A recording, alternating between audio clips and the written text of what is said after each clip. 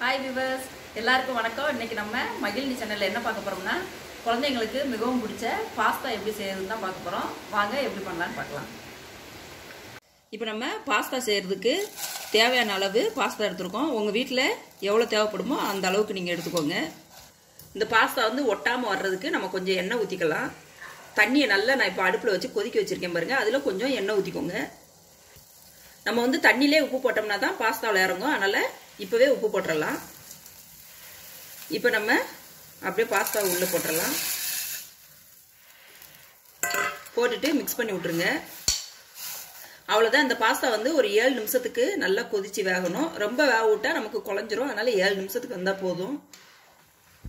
இப்போ பாருங்க, நமக்கு 7 நிமிஷம் ஆயிட்டு நல்லா வெந்து வந்துட்டு இப்போ நம்ம ஸ்டவ் ஆஃப் பண்ணிட்டு இதை வடிகட்டிடலாம்.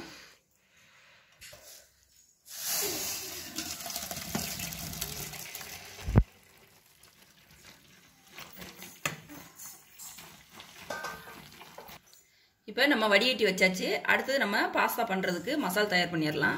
இப்போ நம்ம வேற ஒரு பாத்திரத்தை வச்சுட்டு அதில் தேவையான அளவு கொஞ்சம் எண்ணெய் ஊற்றிக்கோங்க. இப்போ நமக்கு எண்ணெய் நல்லா ஹீட் ஆகிட்டு பாருங்க. இதில் ஒரு 4 பல்லு பூண்டை குட்டி குட்டியாக வெட்டி வச்சுருக்கேன். ஒரு துண்டு இஞ்சையும் குட்டி குட்டியாக வெட்டி வச்சுருக்கேன். ரெண்டையும் போட்டுருங்க. இதை இப்போ நல்லா மிக்ஸ் பண்ணி விட்டுருங்க. அப்புறம் ஒரே ஒரு பச்சை மிளகாய் எடுத்து சின்ன சின்னதாக கட் பண்ணி வச்சுருக்கேன். அதையும் போட்டுருங்க. இது அப்படியே லைட்டா வேகட்டும். ஒரு பெரிய சைஸ் வெங்காயத்தை நான் கட் பண்ணி வச்சிருக்கேன் சின்ன சின்னதா. அதை அப்படியே போட்டுருங்க. இதை நல்லா மிக்ஸ் பண்ணி விட்டுறலாம். இப்போ நமக்கு வெங்காயம் இந்த அளவுக்கு வெந்தா போதும். ரொம்ப கலர் மாறணும்னு அவசியம் இல்லை. இப்போ நம்ம 2 தக்காளி போட்டுக்கலாம் உள்ள.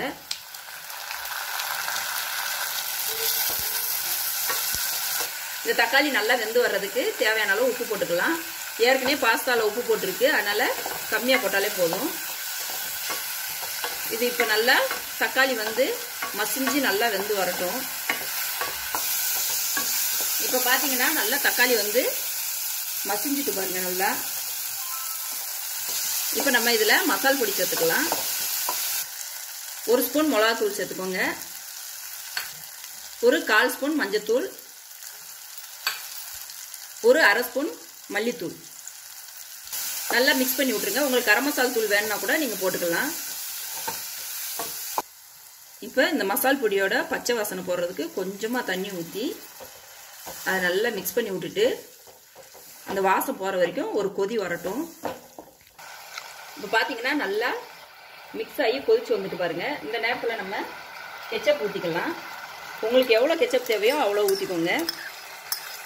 இந்த கெச்சப் ஊற்றையில் நமக்கு அந்த இனிப்பு டேஸ்ட்டும் புளிப்பு டேஸ்ட்டும் கலந்து வரும் பாஸ்தாவில். இப்போ இதை நல்லா மிக்ஸ் பண்ணி விட்டுட்டு இப்போ நம்ம வடிகட்டி வச்சிருந்த பாஸ்தாவை போட்டுடலாம். அதில்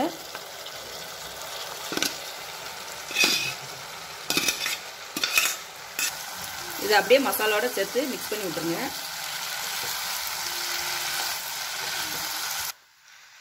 இப்போ பார்த்தீங்கன்னா நல்லா நம்ம மிக்ஸ் பண்ணி விட்டாச்சு.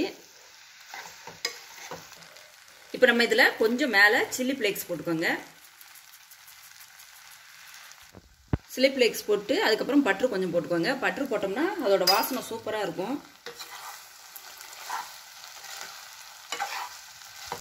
இப்போ நம்ம இது மேலே துருவி வச்ச சீஸ் போட்டுக்கலாம். சீஸ் போட்டால் குழந்தைங்களுக்கு ரொம்ப பிடிக்கும். அதனால் சீஸ் போட்டுக்கோங்க. இப்போ நமக்கு சீஸ் எல்லாமே நல்லா மிக்ஸ் ஆகிட்டு பார்த்துக்கோங்க. இங்கே பாருங்கள், நல்லா சீஸ் மிக்ஸ் ஆகிருக்கிறதுலாம் நல்லா தெரியுது பாருங்கள். இப்போ நம்ம லாஸ்ட்டாக பிரேசில் போட்டுக்கலாம். இது உங்கள்கிட்ட இல்லைன்னா நீங்கள் மல்லி இலை போட்டுக்கோங்க. பேசில் போட்டுட்டு அவ்வளோதான், இறக்கிடலாம். நம்ம இது இல்லைன்னா ஒன்றும் இல்லை, பிரச்சனை இல்லை. நம்ம மல்லி இலையே போட்டுக்கோங்க நீங்கள்.